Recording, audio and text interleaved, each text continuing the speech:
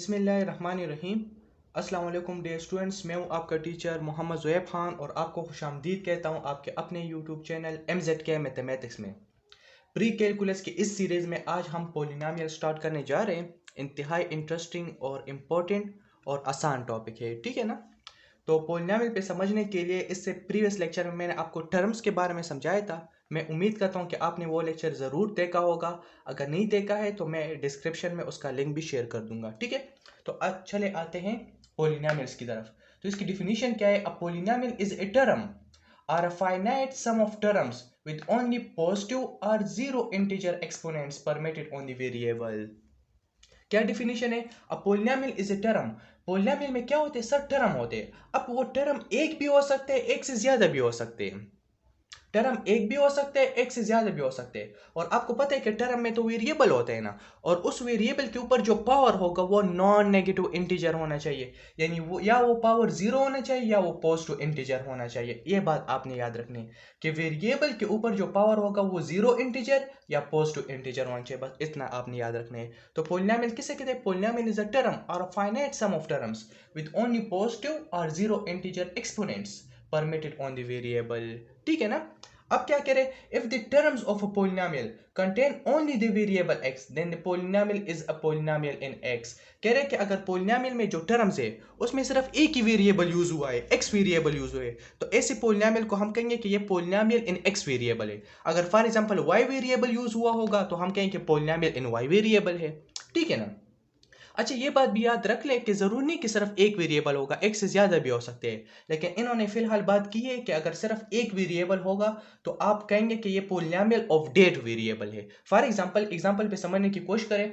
हमें दिया है एक expression 5x³ minus 8x² plus 7x minus 4। क्या ये पोलिनोमियल है कि नहीं है? तो बिल्कुल पोलिनोमियल है सर। इसमें टर्म्स है 1 2 3 4, चार टर्म्स यूज हुए हैं। Polynomial is a combination of terms, तो चार टर्म्स है और इसमें जो पावर है वो भी इसमें कोई नेगेटिव पावर नहीं है, यानी यहाँ पर भी कांस्टेंट नंबर है। तो इसके साथ मैं x पावर जीरो लिख सकता हूँ ना। तो देख ली, या जीरो इंटीजर होना चाहिए या पॉजिटिव इंटीजर। तो इसका पावर जीरो है, यहाँ पर पावर 1 है, 2 है, 3 है। तो बिल्कुल ये पोलिनोमियल की डिफिनीशन को ओबे कर रहे हैं। तो लिहाजा हम कह सकते हैं कि ये एक्सप्रेशन जो है ये एक पोलिनोमियल है। और इसमें वेरिएबल कौन सा यूज हुआ है सर?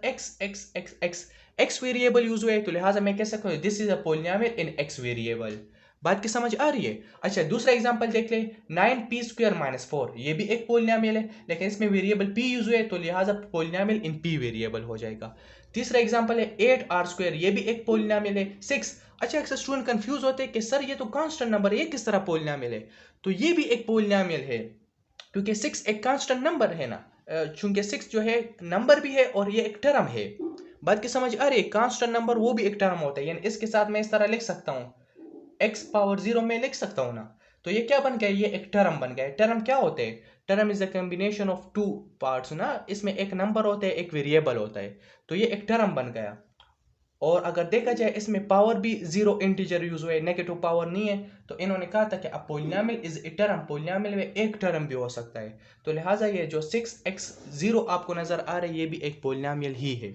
बात की समझ आ रही है? अगर आपसे कोई कहे कि 8 पोलिनोमियल है कि नहीं है, तो बिल्कुल सर 8 पोलिनोमियल है, क्योंकि इस ये 8 जो है एक टर्म है और टर्म ही को हम क्या कहते हैं? पोलिनोमियल कहते हैं। अगर उसमें पावर जो है वो नॉन नेगेटिव इंटीजर हो तब हम उसको कहेंगे। बात की समझ आ रही है? तो अच्छा जी, फिर क्या कह रहे कि the terms of a polynomial can not have variables in a denominator. ये इंतहाई इंपॉर्टेंट पॉइंट है कि पोलिनोमियल में जो टर्म्स है होते हैं उनमें वेरिएबल डिनोमिनेटर में नहीं हो सकता, ठीक है ना। जो टर्म्स होंगे, टर्म में जो वेरिएबल है वो डिनोमिनेटर में नहीं हो सकता। अब अगर आप इस एग्जांपल को देख ले, 9x² minus 4x plus 6y(x). अब ये तो टर्म्स तो है लेकिन इसमें जो वेरिएबल है वो डिनोमिनेटर में यूज हुए।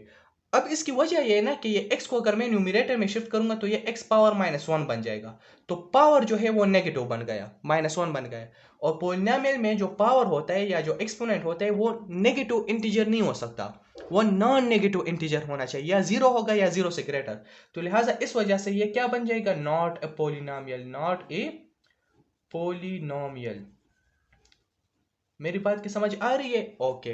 तो इस बात को आपने ध्यान से समझने की कोशिश करें कि आपने गौर करना होगा कि पोलिनोमियल में जो टर्म्स होते हैं उसमें वेरिएबल डिनोमिनेटर में नहीं आ सकता, वो न्यूमिनेटर में होगा और इसका पावर भी नॉन नेगेटिव इंटीजर होगा। तो ये पोलिनोमियल की डिफिनीशन थी। ठीक है, चलो मजीद देखते हैं।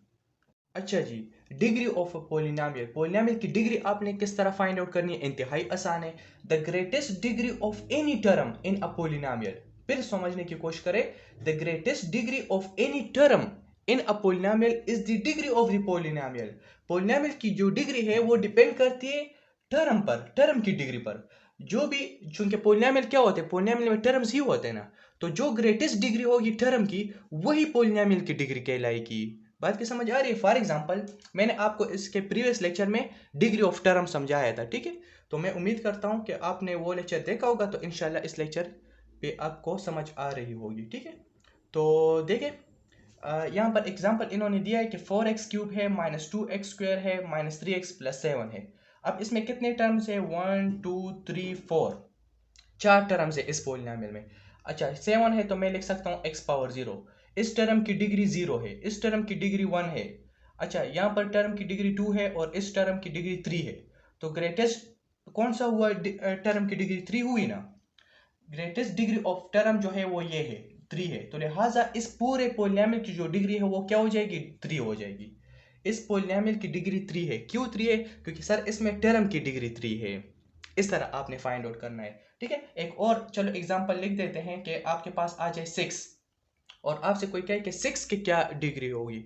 ये भी एक पोलिनोमियल है ना, तो देख ले, मैं क्या इस तरह नहीं लिख सकता 6 को x⁻0 लिख सकता हूँ ना।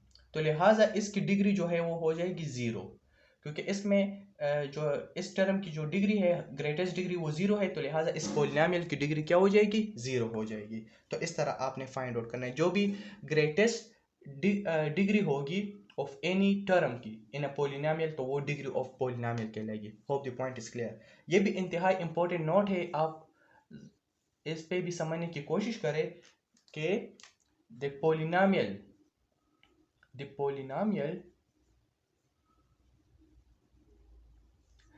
0, जो 0 पोलिनोमियल होता है हैज नो डिग्री। इस पे भी समझने की कोशिश करें, हैज नो डिग्री। ठीक है ना, तो 0 पोलिनोमियल की कोई डिग्री नहीं होती।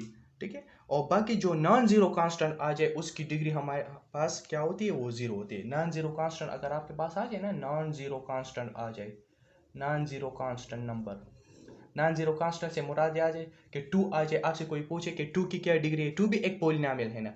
3 आ जाए, -5 आ जाए, तो देख ले इसके साथ में x⁻0 लिख सकता हूँ, x⁻0, तो इसकी डिग्री जो है हमारे पास फिर 0 होती है। लेकिन 0 पोलिनोमियल की कोई डिग्री नहीं होती। The polynomial 0 has no degree. तो ये इंतहाई इंपॉर्टेंट MCQs भी है, इसको आपने याद रखना होगा। The polynomial 0 has no degree. अच्छा, यहाँ पर भी आप नोट कर ले कि मैंने जितने भी यहाँ पर पोलिनोमियल डिस्कस किए या एग्जांपल लिखे, ये मैंने इन वन वेरिएबल्स में लिखे। देख ले x वेरिएबल यूज हुए, लेकिन ज़रूरी तो नहीं है, पोलिनोमियल में तो x से ज़्यादा वेरिएबल भी यूज हो सकते हैं ना। तो फिर उसकी डिग्री किस तरह फाइंड करेंगे। ये तो degree of polynomial in one variable है, अगर x से ज़्यादा वेरिएबल आ जाए तो फिर उसकी डिग्री किस तरह फाइंड करेंगे, तो वो भी समझने की हम कोशिश करते हैं। चले देखते हैं। So degree of polynomial more than one variable, अगर एक से ज़्यादा वेरिएबल आ जाए किसी पोलिनोमियल में तो उसकी डिग्री आपने किस तरह फाइंड आउट करनी है, इंतहाई आसान है। The degree of a polynomial in more than one variable is equal to the greatest degree of any term appearing in the polynomial. यानी इसका भी वही कंसेप्ट है जो कि सिंगल वेरिएबल पोलिनोमियल के लिए हम यूज़ करते हैं। वही कंसेप्ट है कि पोलिनोमियल में हमारे पास टर्म्स होंगे, उस जो ग्रेटेस्ट डिग्री होगी किसी टर्म की वही डिग्री ऑफ पोलिनोमियल कहलाएगी। ठीक है ना, अब आपने ये समझना होगा कि टर्म की डिग्री किस तरह फाइंड आउट करने अगर एक से ज़्यादा वेरिएबल आ जाए। तो अगेन वही बात है कि मैं प्रीवियस लेक्चर में बता चुका हूँ ये भी। ठीक है, तो चलो देखते हैं, एग्जाम्पल्स पे समझने की कोशिश करते हैं। हमें एक पोलिनोमियल दिया है 2x⁴y³ -3x⁵y प्लस x⁻6 है और y² है। ये एक पोलिनोमियल दिया, इसमें दो वेरिएबल्स यूज हुए x और y। अब हमें ये देखना होगा कि इस पोलिनोमियल की डिग्री क्या है, इस पोलिनोमियल की डिग्री क्या है। अगर यहाँ पर देखा जाए, अगर यहाँ पर टर्म्स देख ले, इस टर्म की डिग्री क्या होगी। ठीक है, टर्म की डिग्री निकालना इंतहाई आसान है। जितने भी वेरिएबल होते हैं उसके पावर को आपने ऐड करना होता है। तो 4 + 3 से क्या आ रहा है, 7 आ रहा है। तो इस टर्म की डिग्री जो है वो 7 हो जाएगी। अच्छा, इस दूसरे टर्म को देख ले, 3x पावर 5y है ना, तो इसकी डिग्री क्या हो जाएगी, 5 + 1 है, y का पावर 1 है तो ये हो जाएगा 6, यानी इस टर्म की डिग्री 6 है। अच्छा, ये थर्ड टर्म को देख ले, x पावर 6 है और y स्क्वायर है, तो 6 + 2 से क्या आ रहा है, 8 आ रहा है। तो जो इन्होंने क्या लिखा है कि greatest degree of any term, जो ग्रेटेस्ट डिग्री होती है किसी भी टर्म की, वो डिग्री ऑफ पॉलिनोमियल कहलाती है। तो इस टर्म की डिग्री 7 है, इस टर्म की डिग्री 6 है और इस टर्म की डिग्री 8 है, तो सबसे ग्रेटेस्ट कौन सा हुआ, ये हुआ ना, डिग्री 8 हुई ना, तो लिहाजा इस पूरे पॉलिनोमियल की डिग्री जो है वो 8 हो जाएगी। इस पूरे पॉलिनोमियल की डिग्री क्या हो जाएगी, 8 हो जाएगी, because the term x 6y square has the greatest degree 8। बात की समझ आ रही है, तो लिहाजा इस तरह आपने निकालना होगा। अच्छा जी, इंतहाई इंपॉर्टेंट नोट है, a polynomial containing exactly 3 terms. ऐसा पॉलिनोमियल जिसमें 3 टर्म्स होगा तो उसको हम क्या कहेंगे, ट्राइनोमियल कहेंगे, ट्राई मीन 3, ठीक है ना। तो ऐसा पॉलिनोमियल जिसमें 3 टर्म्स होते हैं वो क्या कहलाते हैं, ट्राइनोमियल कहलाते हैं। इंतहाई इंपॉर्टेंट एमसीक्यूज है। अ 2 टर्म्स पॉलिनोमियल, ऐसा पॉलिनोमियल जिसमें 2 टर्म्स होंगे तो उसको हम क्या कहेंगे सर, बाइनोमियल कहा जाएगा, बिकॉज बाई मीन 2।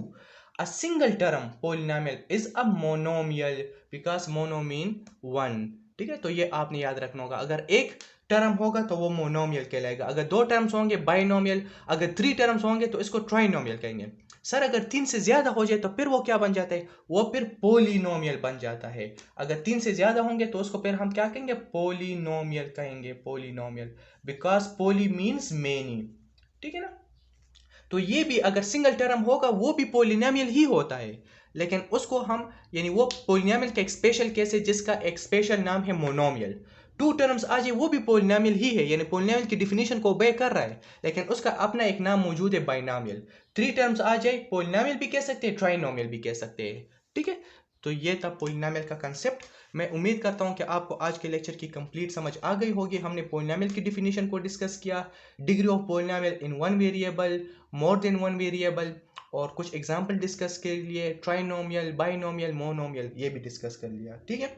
सो फिर भी खैर कोई क्वेश्चन हो, किसी स्टेप की समझ ना आई हो, किसी टॉपिक की समझ ना आई हो, तो बिल्कुल आप कमेंट सेक्शन में पूछ सकते हैं, इंशाल्लाह मैं आपको ज़रूर रिप्लाई दूंगा। सो आज के लिए इतना काफ़ी है। Wish you all the best, thank you, अस्सलाम वालेकुम।